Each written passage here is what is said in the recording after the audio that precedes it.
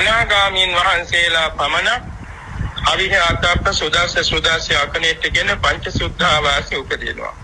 ඒක උපදින්නේ ඒ තමාගේ ඉන්ද්‍රිය සම්පත්තිය අනුවයි.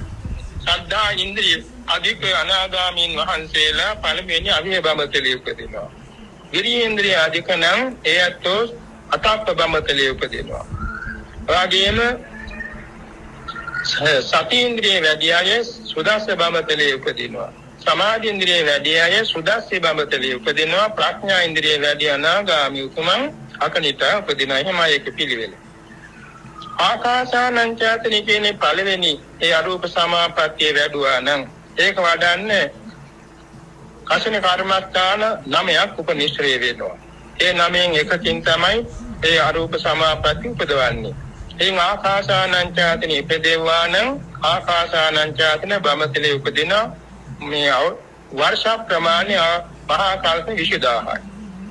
විඥානංචාතනි උපදවාගත් අය විඥානංචාතන මේ බඹතලයේ උපදිනවා. මහා කල්ප 40000ක් ආයුෂයයි.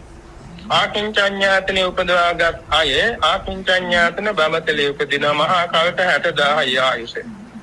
නේව සංඥා නාසඤ්ඤාතනේ උපදවාගත් අය ඒ භවග්‍රේ උපදිනවා. මහා කල්ප 84000යි ආයුෂය.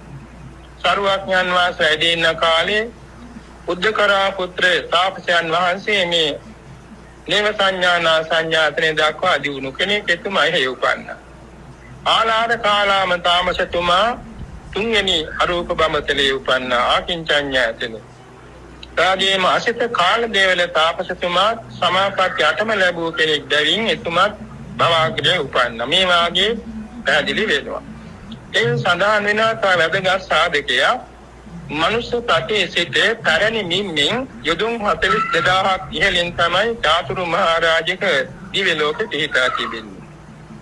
ඒකේ වට ප්‍රමාණය යොදුන් 10000ක් පමණ වෙනවා. චාතුරු මහරජකෙන් යොදුන් 42000කින් ඉහළ තමයි තාවතින්සේ. ඕම දිව්‍ය ලෝක 6ම යොදුන් 42000න් ඉහළට පවතිනවා.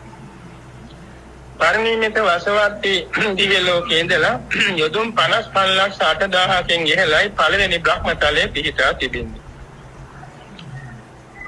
ඊළඟට දෙවෙනි බ්‍රහ්මතලයේ යොදුන් 55,80,000 බැගින් ඔහොම එකින් එකට යොදුන් 55,80,000 බැගින්මයි ඉහළට ගින් තියෙන්නේ. භවග්‍රේ දක්වාම බඹතලයෙන් බඹතලයට ඔය තරම් ඈතින් පිහිටා තිබෙන්නේ.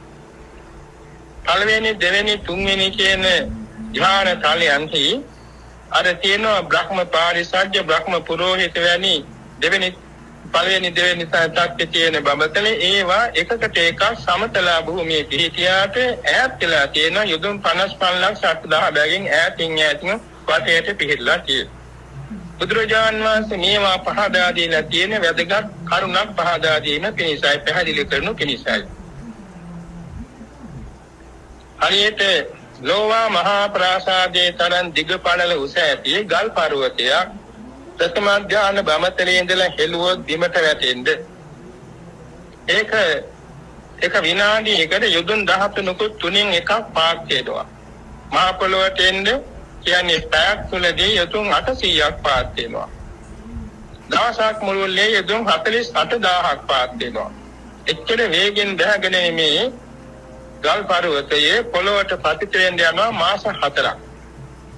භවග්‍රේ කියන්නේ ඉහළම බඹතලේ මේ සක්වල ඉහළම බඹතලේ ඉඳලා යොදුනක් දිගපාල උස ඇති සෛලමේ පර්වතයක් හෙළුවොත් අර වගේම විනාඩියකට යොදුන් 13කුත් තුنين එකක් පාත් වෙනවා. පැයකට යොදුන් 800ක් පාත් වෙනවා. දවසකට යොදුන් 48000ක් පාත් වෙනවා. එතකොට මේ භවග්‍රේට මනුලොව ඉඳලා මේ පොළොව තලයේ ඉඳලා දුර ප්‍රමාණය කියනවා 7,18,56,000ක් උසයි කියලා යොදුන්. එච්චර දුර ප්‍රමාණය ඉඳලා මේ ගල් පර්වතයේ පොළොවට වැටෙන්න යනවා දවස් වශයෙන් දවස් 1497ක්. වර්ෂ වශයෙන් ගත්තොත් වර්ෂ 4කොත් මාසෙකොත් දවස් 27ක් යනවා. මේ තරම් විශාල පර්වතයක් පොළොවට වැටෙන්නේ මෙච්චර පමා වුණත් ඒ භවග්‍රයෙන් කොයි හරි තලයකින් බඹතලයකින් හරි දෙව්තලයකින් හරි චුත වෙන මේ මනුලවාරි කොතනාරි උපදින්න යන්නේ එක චිත්තක්ෂණයයි. එක චිත්තක්ෂණයේ උපදින්න යන්නේ කිසි ප්‍රමාණයක් නැහැ. ඒ මොකද කාරණේ? අර ගල් පර්වතයක් පාත වැටෙන තරම් වේගෙන් නෙමෙයි ඊට වඩා වේගයකින් මේක සිදු